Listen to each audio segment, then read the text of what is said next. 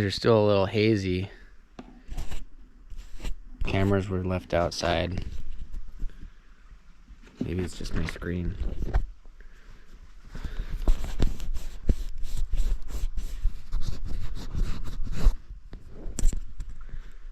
Anyway, we got the 250-hour review going on here for the Sany SY60C excavator.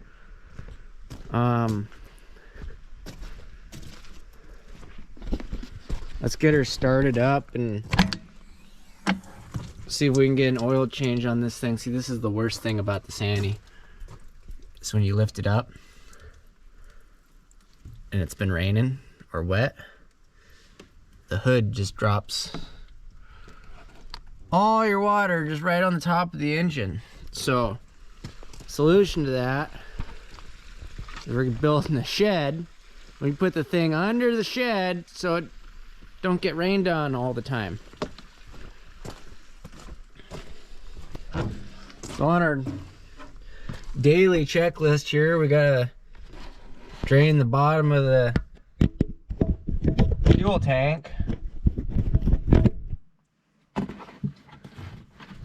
Just to get any debris and water and stuff out that could have collected in there. Just let it run until your fuel looks clean.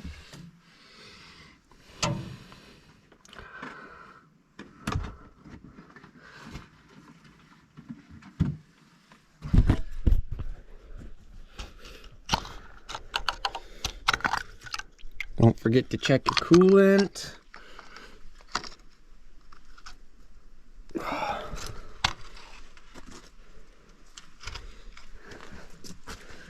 Says to check your alternator belts and fan belts. They seem to be doing fine. I'm gonna check the oil before I start it up. Looks fine to me.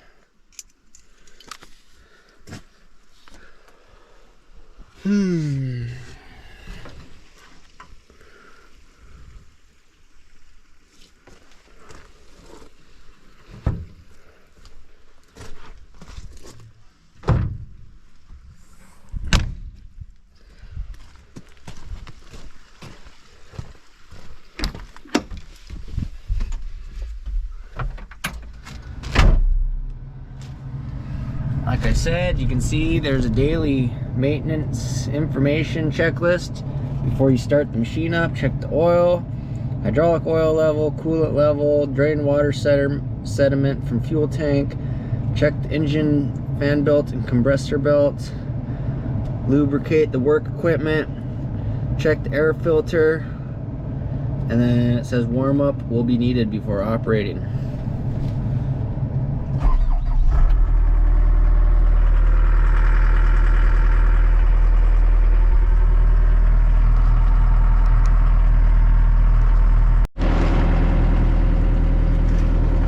Okay, so we're gonna take a look inside our maintenance log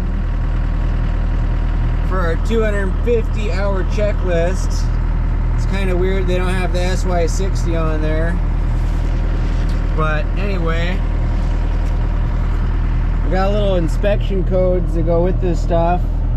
So first on the list is hydraulic tank return filter initial 17, replace. So let's go into our little box of filters over here, see what we got.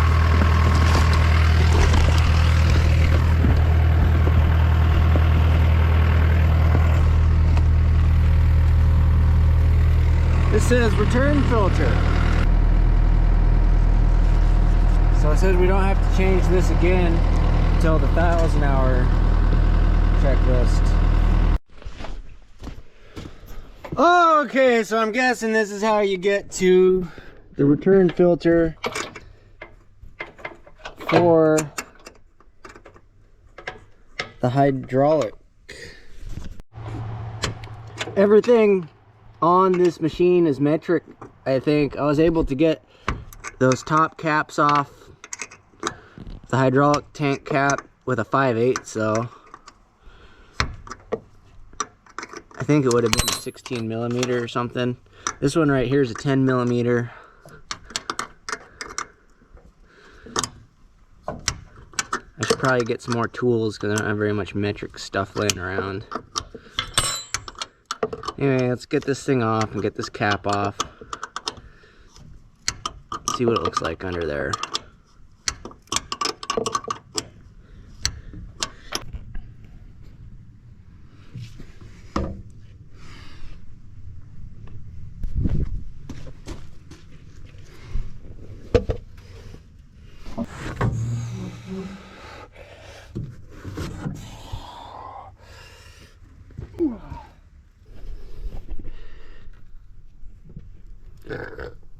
Has little instructions on this thing.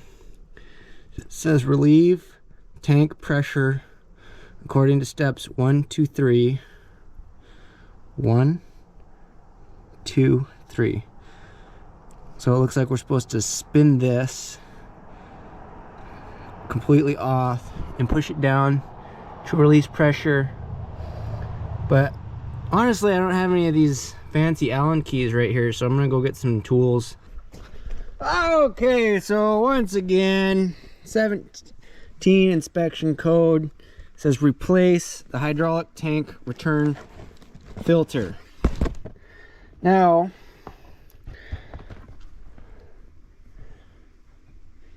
this box says return filter.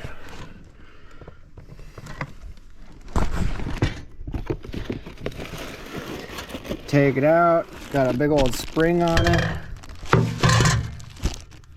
It looks just like this filter. Must be the same thing, huh? You just... How do we take it out of there? Let's get our oil pan. So this little spring just comes right off the top. The new filter has a spring with it also. The bottom of it looks like you just lift it straight out.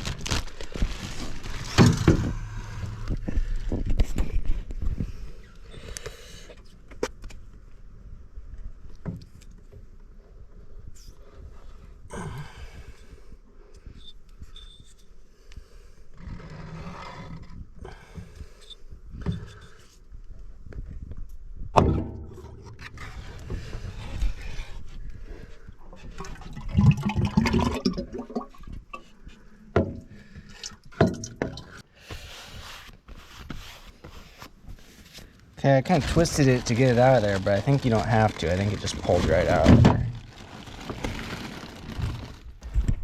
Can you see? I don't know how good you can see. New filter, old filter. So it's a good thing we're changing this. It looks a little dark. Let's just plop her right in there.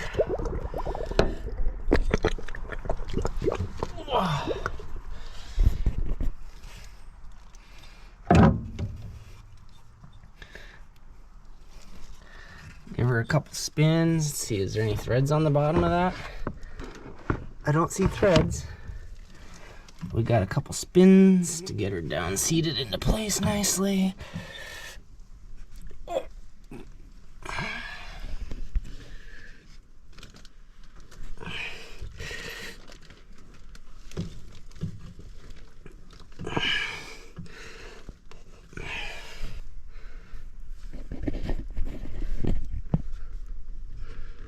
Set that ring right down back into there nicely. This looks like it's got a pin that drops right in there. Except I didn't put the, gotta put the spring in there.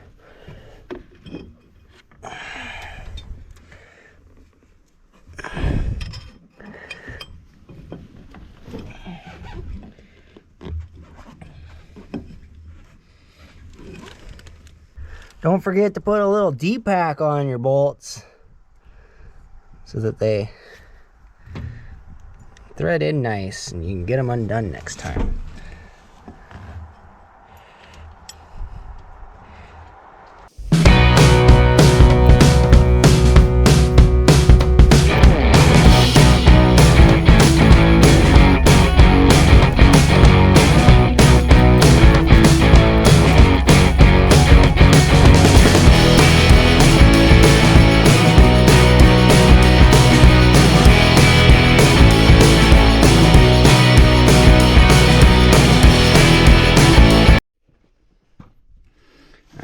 clean up our work area a little bit so we don't look like slobs. Definitely need to get our cover finished so we can quit getting rained on by pine needles. All this other stuff that just collects. This doesn't need to be in there.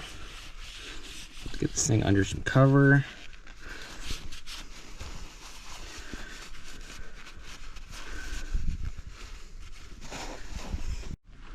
Okay, we got her we got her warmed up.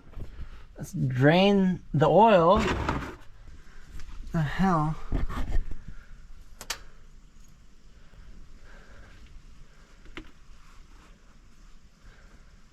How does that work?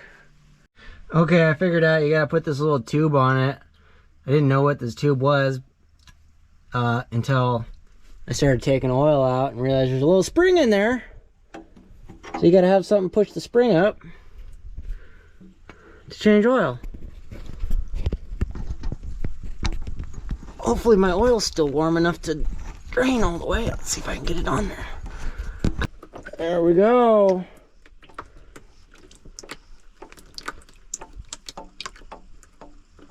Not as warm as I would have liked it anymore, but it's fine. It's not cold. As you can see, it's a little black. It's definitely time for an oil change. Okay, while our oil is draining, it says to replace the engine air filter.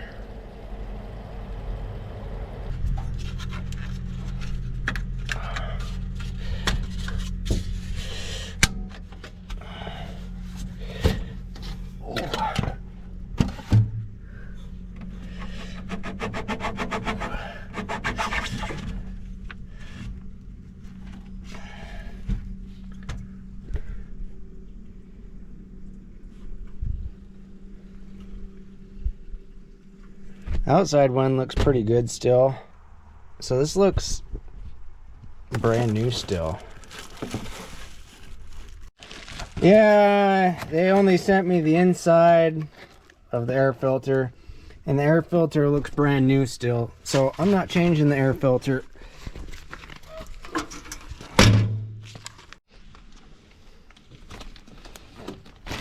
This filter's mounted sideways, so I'm guessing that means there's no way to fill it with oil, huh? I don't have any oil rags, so maybe some paper towels will do.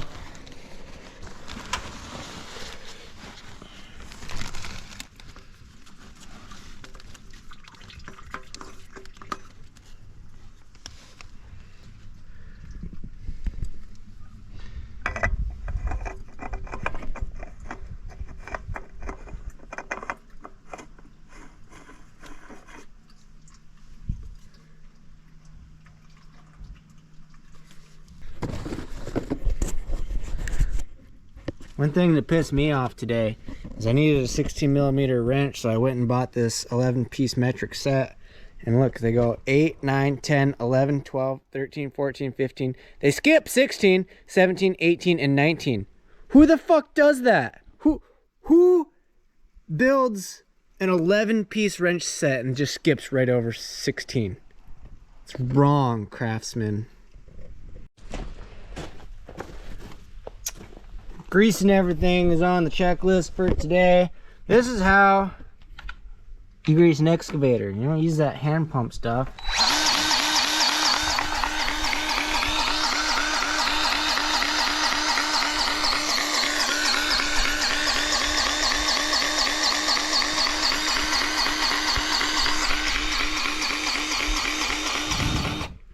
See it start coming out. There we go. Okay, so I know that wasn't much of a review. That was just changing the hydraulic oil filter and the oil. Overall, I haven't really been in any other excavators, so I can't give you a comparison side by side. But so far, the Sany excavator has performed with everything that it can do for its size. Rubber tracks got a little more beat up than I would have liked, but they're still there.